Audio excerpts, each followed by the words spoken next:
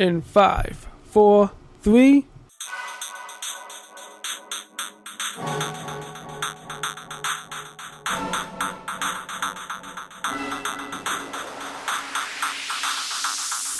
Well, hello everyone, and welcome to another episode of the Nathan Markley Show. I'm your host, Nathan Markley, and today we have a good show for you lined up. I have a guest co-host with me, and my friend. We both went to college together, and we're both amateur radio operators, and pretty much we both like the same technology stuff. And he said he would come on today and talk to us about Windows 10 and Xbox One. So, without further ado, I introduce you to Aubrey Fletcher. Aubrey, how you doing today? I'm doing good. How you doing? I'm doing good. Thanks for being on the Nathan Markley Show. It's a pleasure hey, man, having no sweat, you. man. No sweat, brother. All right. So, last week, Microsoft released Windows 10, and I did download it. Did you have a chance to download Windows 10? Oh, yeah, it was awesome. Very seamless, very fast. Yeah. And like I said, I have a gaming computer, and I'll tell you, it's amazing. Yeah, I built a gaming computer a couple of weeks ago. That's still running Windows 8.1. But I did, on my Dell XPS 13 laptop, I did upgrade to Windows 10. And overall, it took about an hour to upgrade everything with updates. But I see it was good. One of the things I noticed off the bat when it restarted and I went to log in was the login screen changed. And it's actually kind of better, I think. And also, there's no more Metro UI. Thank the Lord on that one. Yeah, I have to say, I don't like Metro UI. I'll be honest with you. And I'm sorry I'm interrupting you there again, Nathan. No, that's okay. But like I said, I was not a big fan of Metro UI. No, I got used to it. It's different.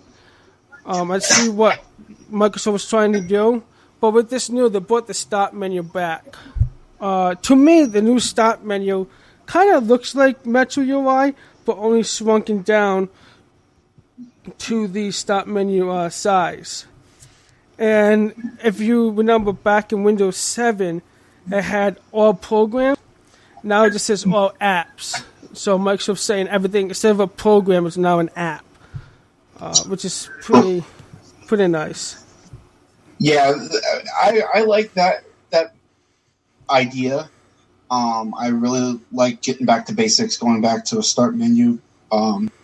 Coincidentally, you brought up Windows 7, and I still use Windows 7 at work for a lot of the development and stuff. And I was even until like last summer, not this summer, but last summer, I was using a lot of Windows 7 applications and even developing in Windows 7. And then transitioning on my personal computer to Windows 8.1, I was like, yeah, I wasn't feeling the Metro UI. Yeah. And then now back to Windows 10, it's like seamless integration. Mm-hmm. What are your thoughts, Aubrey, about Windows 10? Windows 10? Yeah. Fast and furious. That's the way I can say. Yeah, that's the best way. It is fast, especially for gamers. I've been reading a lot of articles that they really made it more. They made it a lot for gamers too. I forgot what it is. There's something built into it for. I think it's NVIDIA or something. Let me look that up. Yeah, I'll check that out with you too. Because I believe what it is basically, I know NVIDIA had a lot to do with it. Yeah, there's something with NVIDIA, and who said it? Let me just double check. Oz Techno. Oh yeah.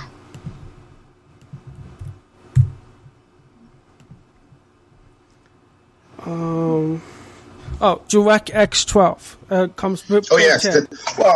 Well, DirectX 12. I'll be honest with you. I think it's powerhouse. Yeah. As I said before earlier, I have a gaming computer myself. It's a Lenovo Y5070 Touch, Mm-hmm. and I have to say one thing. The one thing I can tell you right now is their drivers, the NVIDIA drivers. Yes, I had to install them from the Lenovo website because I didn't trust. Me. I get like all weird about new installs, but I went on, ran it.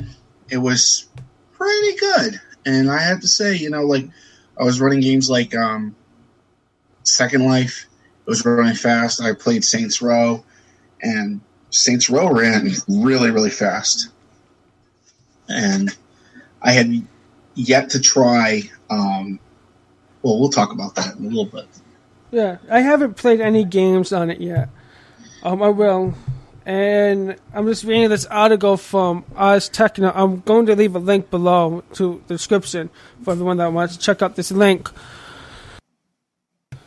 And it says that even though like AMD and NVIDIA both launched new drivers to bring to DX12 support to the GPUs, they said there's no single game to play, DX12 game to play. Yeah. So that's interesting. Yeah. Well, like I said, I'm going to just say it like this. I mean, it's just coming out the gate. You wouldn't want to have a game. I remember back to now. Oh my gosh, I'm going to sound like an old man here. I remember back in the day when in Windows 95 when they had first brought in, at least on my old computer, the AST model for Pentium 75. It's an AMD. I remember there was a game that they brought in with it, and it ran so slow on Windows 95. But then again, everything ran slow. But as time went on, games got better with Windows, and I think that they went smart. I honestly have to say they went a little smarter with Windows 10.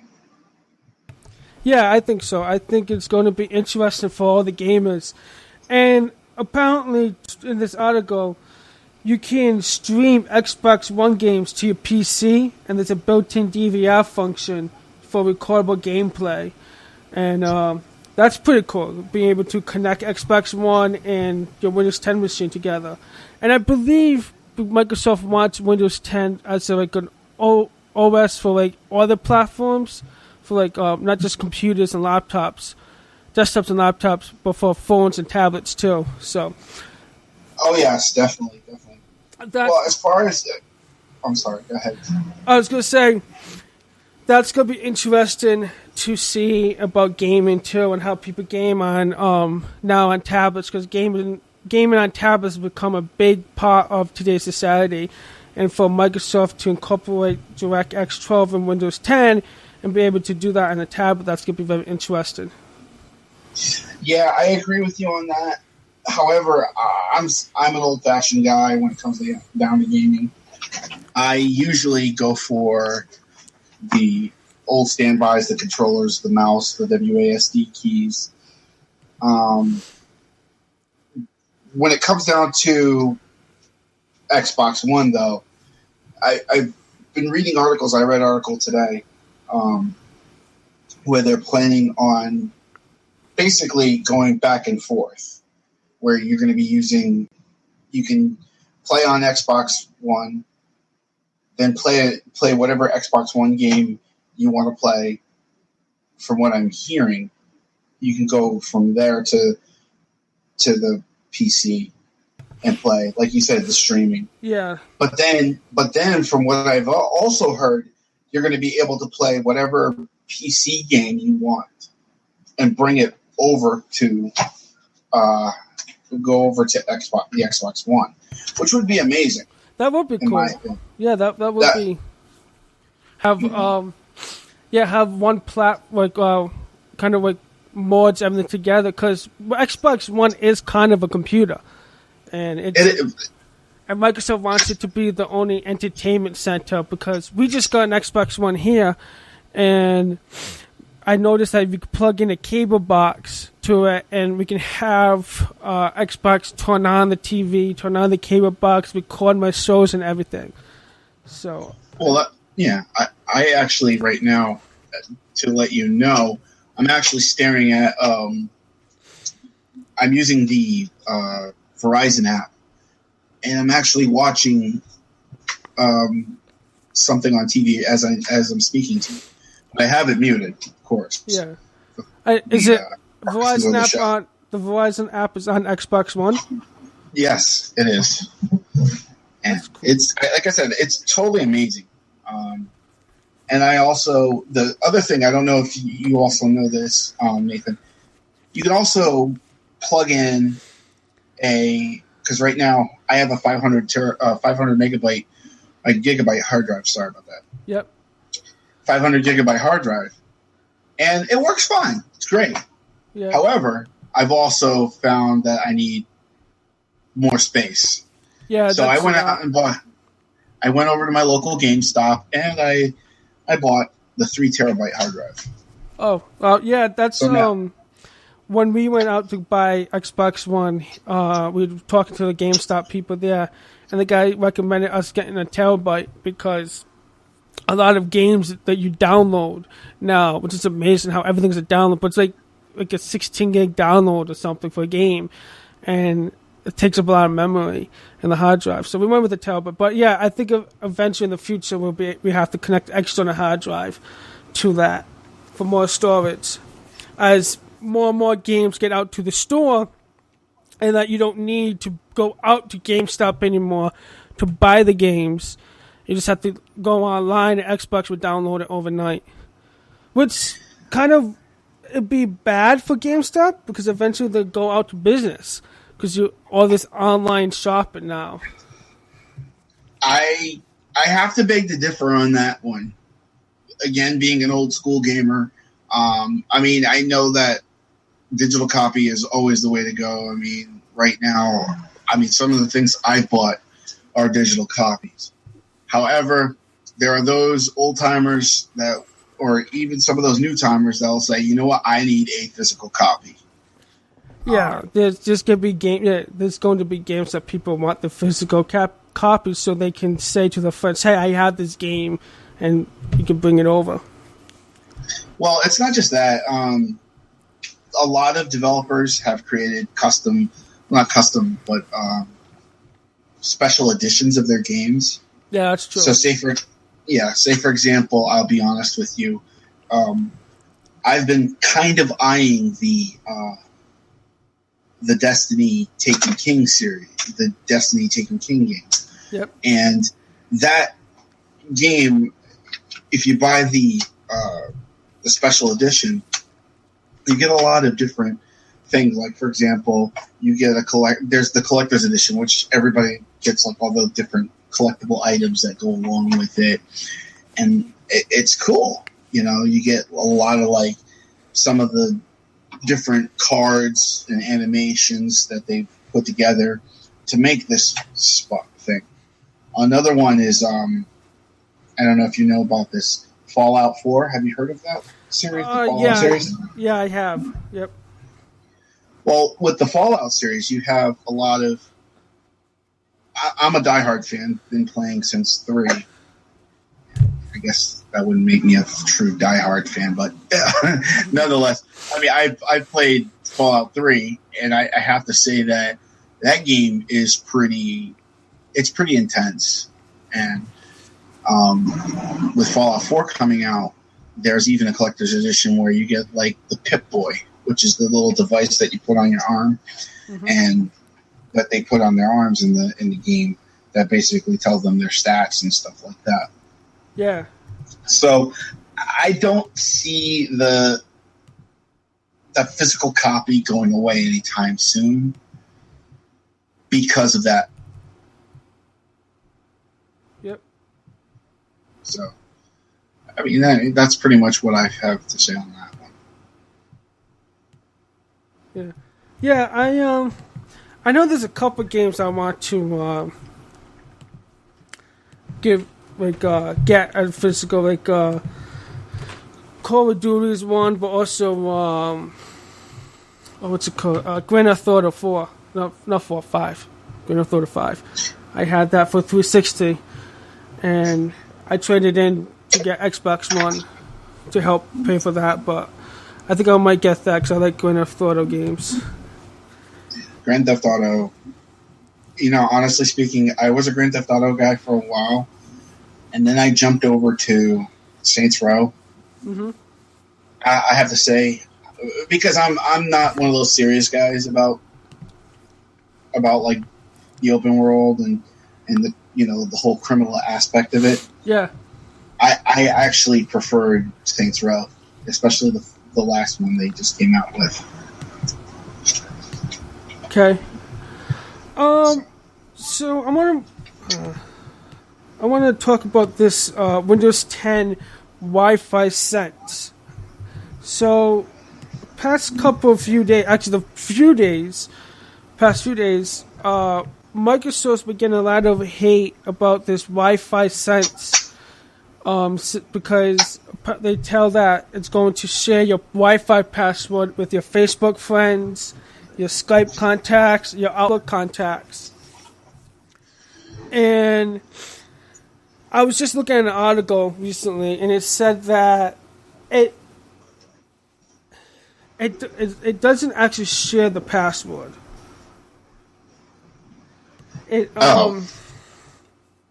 So it's supposed to. Let me find what it actually says.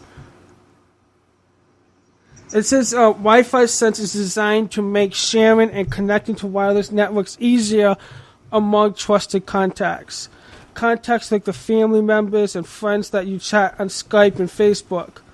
So you pick a network, share it out, and choose who has access to it, and they've got access to whatever they drop by your place to hang out. Now, I don't know about that. I mean, I can see the point of that, but I kind of like people asking me when they come over for my Wi-Fi password. And with this, they don't have to enter passphrase. They just have to turn the option connect to networks shared by my contacts in Windows 10, and Wi-Fi sense grants them access. What do you think about this?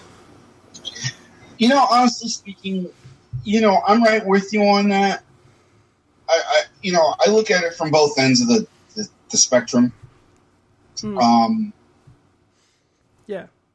I'm going to just say it. I'm just going to be the first to say it. Yep. I have one of the most ridiculously long passwords out there on, for my password. Yeah. And sometimes I don't feel like going to, like, say, where that password is. Yep. I have it, whatever. 9 times out of 10, I just don't like that. I don't like to have it out there. However, with this Wi-Fi sharing thing, I think it makes it a little easier, but at the same time, you're talking about people who are very malicious. Yep. Yeah, you don't know who, like, for example, somebody could be like, oh, I'm going to be over at my, I'm going to pull a funny joke, ha ha ha, and boom, somebody could just access those things. Yeah, and it says here that they don't have access to resources on the network, so they can't go through documents or photos. But, I mean, if you get the right person, I mean, who knows computers and network and hacking, you could probably get access to it.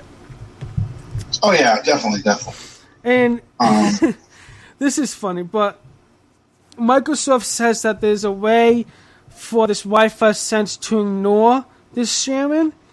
If you don't want to turn it off, you can ignore certain SSIDs. But you have to change your SSID by adding whatever your name is, _ opt out. So it'll be like Netgear _ opt out. And Wi-Fi Sense will just opt out your machine or your network from sharing it. Well, that doesn't make any sense whatsoever. No, so that's that's kind of interesting that Microsoft did that. I'm not gonna change my SSID because of that. I just actually turned off Wi-Fi Sense for now until I know more about it, and it comes out. It comes out. Well, it's been out there for a while. I mean, yeah, I understand what you're talking about on that one. I personally don't think that. I like it's saying right here, Wi-Fi Sense isn't the security risk it has been made out to be. Yeah. I mean, like I said, don't, like it says right here, don't accept people that you don't know. So, yep. Like, if you see Billy Bob Thornton popping up, and it's, 9 times out of 10, it ain't Billy Bob Thornton. And sorry to, Mr. Thornton for using his name, but if you see Joey Bag of Donuts and you don't know Joey Bag of Donuts, don't accept the person. And honestly speaking, if I have a friend of mine that's coming over and, like, say, for example, they want to use their phone or whatever, or even just their computer, they got, like, say, for example, oh, dude, I got to, if you came over my house and I know you, and I'd be like, dude, just here, there's the password. Yeah. Bada bing, bada boom. Yeah. Yeah, I mean, because this way, if not, people can sit in the driveway. If they're friends with you on Facebook, they'll sit in the driveway and use Wi-Fi. And they can do whatever. Once they have access to your internet, they can do whatever. Oh, especially torrents, dude. Yeah. Yep. Yeah. I mean, there's other ways to secure your network too. Like if you have Mac filter and turn on, Wi-Fi Sense won't work, of course, because your Wi-Fi, your network is looking for the MAC address of the ID. So if you connect to that won't even work. Well, that's a good thing. That's good. That's good to know. Yeah. So.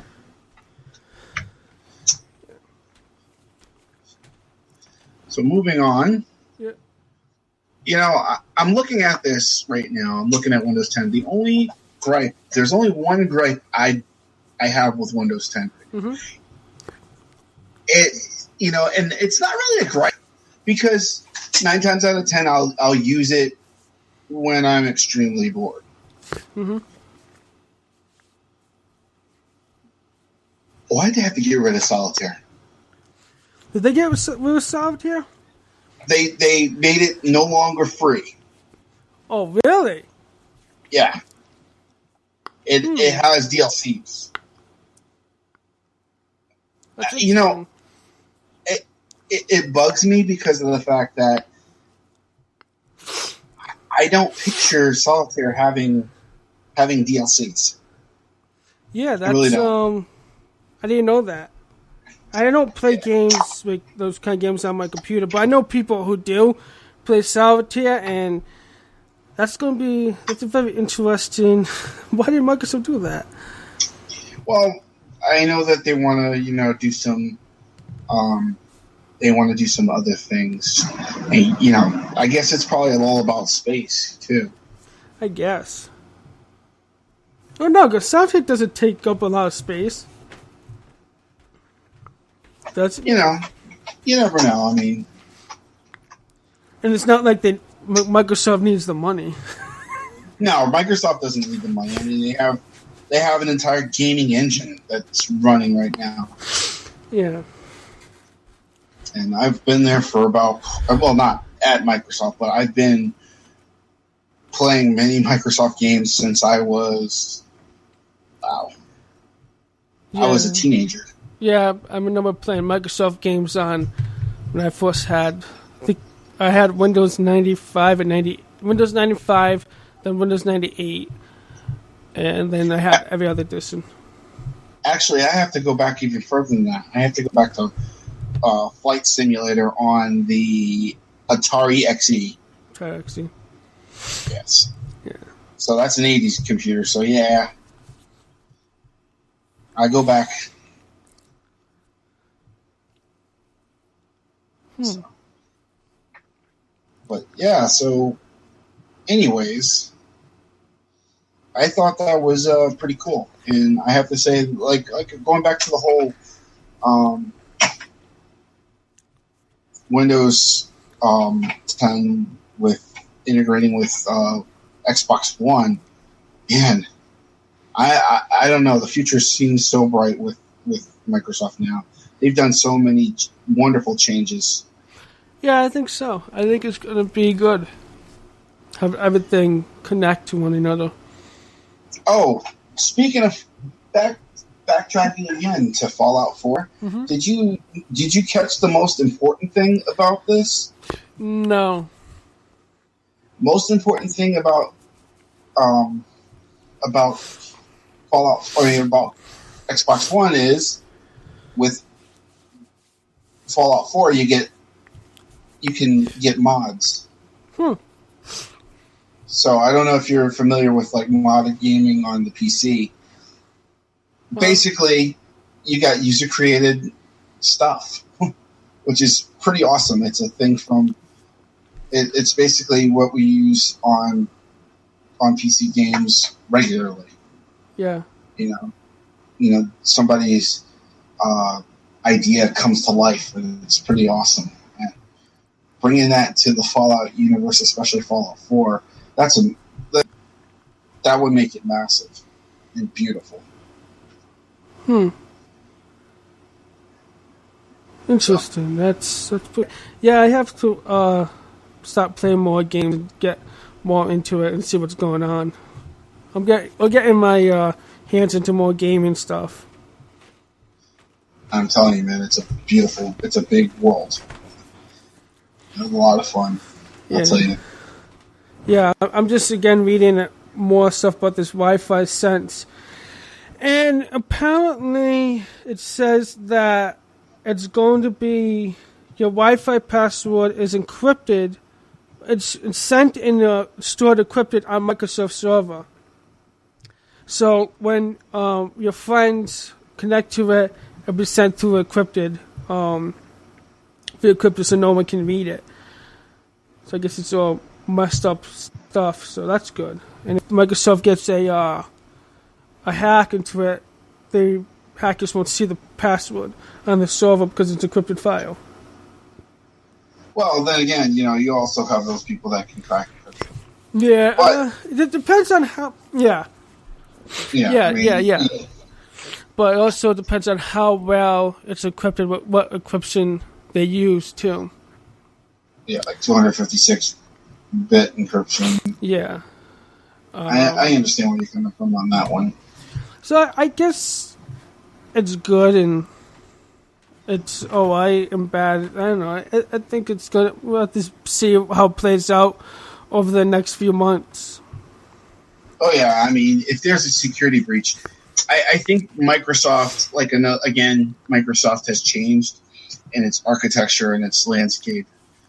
I think if there's going to be a major problem or security breach, they're going to be on top of it like it's nobody's business now. Yeah, especially with the way that Nadella has changed the landscape. Yep. I have to say that I'm going to put some money into it, as I feel, money, not money in real sense, but I'm going to put some stock into it and see. I'm going to give them the benefit of the doubt, but if things change where they I'm not, this is, there's a security breach and it doesn't get changed until next Tuesday or patch Tuesday, then we're going to have some problems. Yep. Then that's when I say maybe it's time for me to go to downgrade to 8.1 again or something like that. Or I'm going to have to try to find a back way to remove that security set. And, like I said, I mean, with the new operating system, again, I mean, you're also going to, I mean, I'm looking at it in the Linux mindset as well. Yep. I've noticed that they're trying to be more kind of open source-ish. Yeah. But I say ish because it doesn't seem like... It seems like they're trying to go into a more open source environment, which is good. Because that means that with open source, you're talking about people are collaborating on trying to fix problems and saying, oh, and another thing is to also grab, and this is, I think, one thing that Microsoft keeps messing up. That's why we have every other operating system is the best. It's the new hotness. The thing that I've noticed with that is that they didn't quite learn that there's a base out there that loves your product. Yeah. You know what I mean? Yeah. They love the product and they want this to be the hotness they use for a long time. You know what I mean? Yep. They're not trying to use this as a fly by night. Anybody can install a Linux distro on their computer, but when it's a Linux distro or a distribution of any operating system for that matter, and it works really awesome for you, you're going to stick with it 9 times out of 10. You agree with me on that one? Yeah, you are. Yep. I've used Linux before, and I like the open source, and I haven't put it on any of my new computers yet, but I haven't either. I think Windows is trying to get more developers to develop apps like other operating system is and be able to do stuff on the machine. I know, but and the other thing that you got to understand is, I mean, they're putting a lot of stock into good things, and I mean, like I say to people, don't count Microsoft out. They're going to come out with something good and something great, and it'll work. I mean, I'll be honest with you. Would I buy a Microsoft phone? No, absolutely not. Yeah, no, I won't buy one either. Not yet. I'll buy an Android phone, which I have. I have an Android phone, and I like it. But but there's not a lot of real support. So what Microsoft has done, with partnership with other developers, they've made development on, for example, using C#, the dreaded C#. I'm just kidding. Basically, they've made it into something, this animal that's really beautiful, and they've used what do they call it? It's a cross-platform development environment. Xamarin. Yep. And I think that's a beautiful thing as well. Yeah.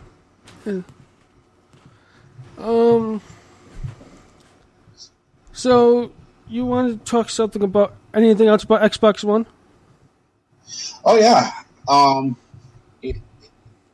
Going back to the mantra of entertainment, I also want to say that it has a lot of good educational tools involved with it as well. For example, Channel 9, which has a lot of development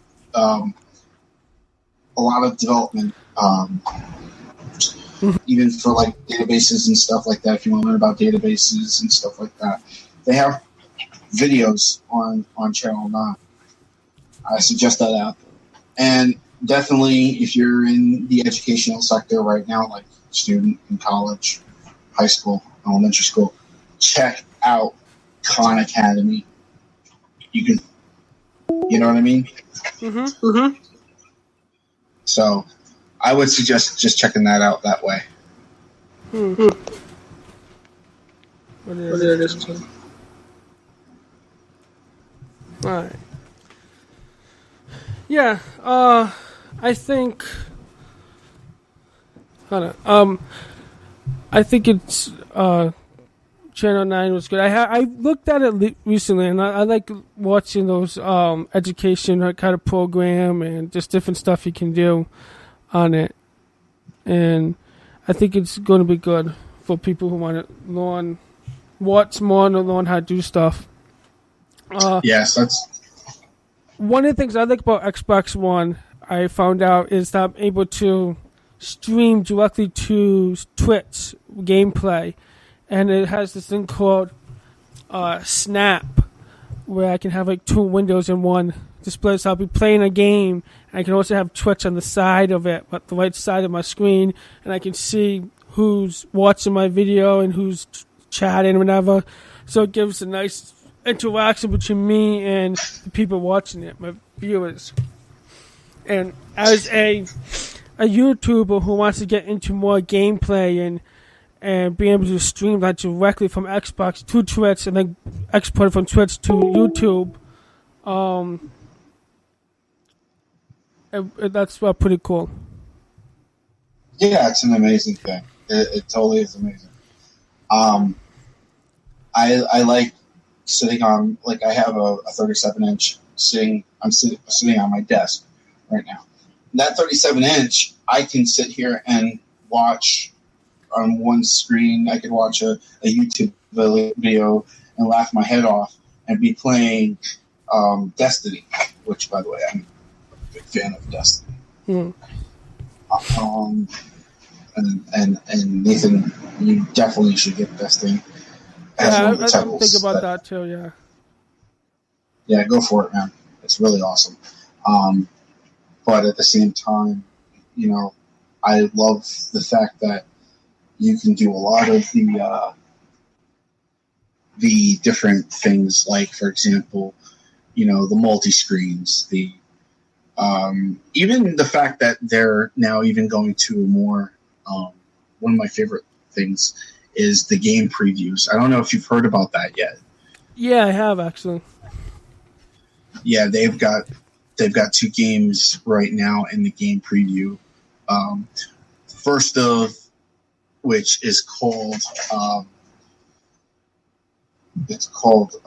Elite Dangerous Flight Simulator / it's like a cross between a space simulator and EVE Online. I don't know if you've heard of EVE Online. No. Okay, I'll explain to you that after the show. But basically, it's a cross between that and also it's also a spaceship simulator. And I think the next one is called The Last Among Us. And I haven't tried that game, but I've heard nothing but good reviews about it. I've stuck to my spaceship simulators because I think it's pretty cool. And, you know, the cool thing about it is that you could throw some money into it or buy the game, and they're constantly updating it. And the difference between that one and the PC version is that with the PC version, you don't have the esports that you do with Xbox One, which is amazing. Oh, and by the way, I also want to say that they also have a lot of free-to-play titles on Xbox One. Yeah, I noticed that there's a lot of games I can play for free from the store. I like that. Yeah. Have you tried Warframe yet?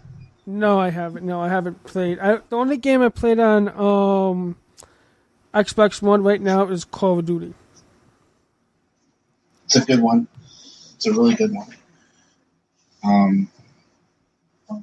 I Yeah. it's pretty good. Yeah, so a lot of good stuff about Windows 10 and Xbox One. Microsoft is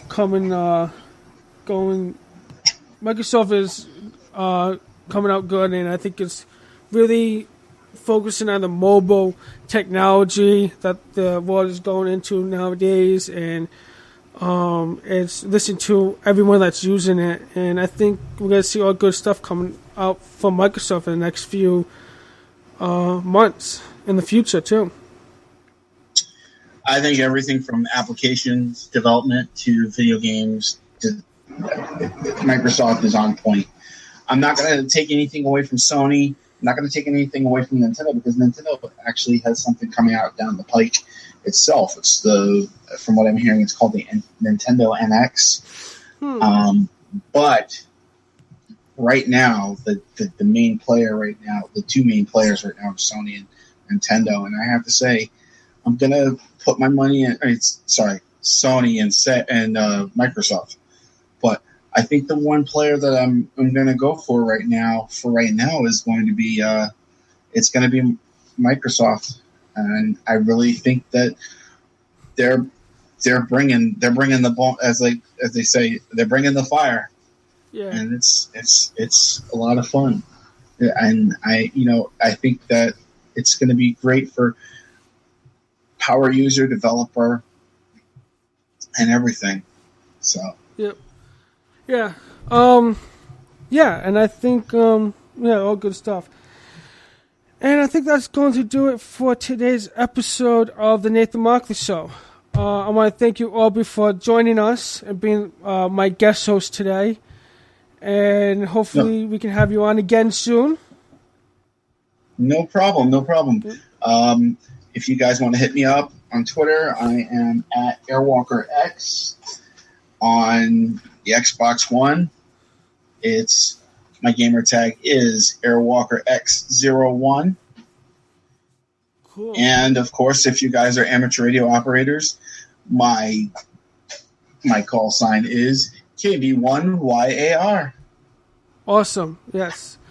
And you can tweet me at Markley TV or at Nathan Markley if you have any questions about what we talked about, or you have any other stuff that you think we say, hey, Nathan and Aubrey, that's wrong, it's actually this. Or you want to talk about any other topics too. And that'll do it. So don't forget to check out all the links below in the description. And I'll see you all next week. Till then, peace. Peace.